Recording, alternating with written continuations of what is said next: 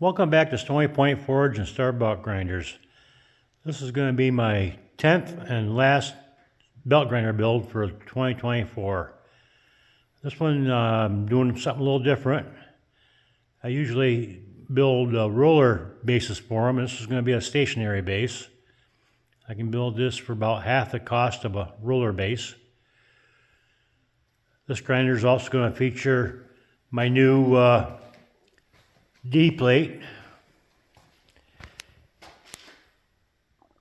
I can either run two aluminum 2-inch wheels on it or a 4-inch and a 2-inch rubber contact wheel.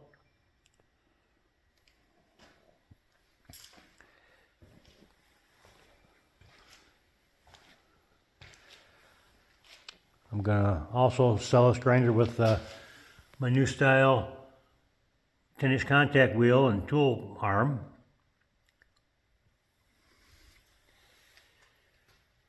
I'm heading into I'm into my busy time of the year, so it'll probably take me 3 more weeks to finish this up. I'm busy filling orders for my blacksmith blanks that I sell online. But when I get it all done, I'll post another video. Thank you.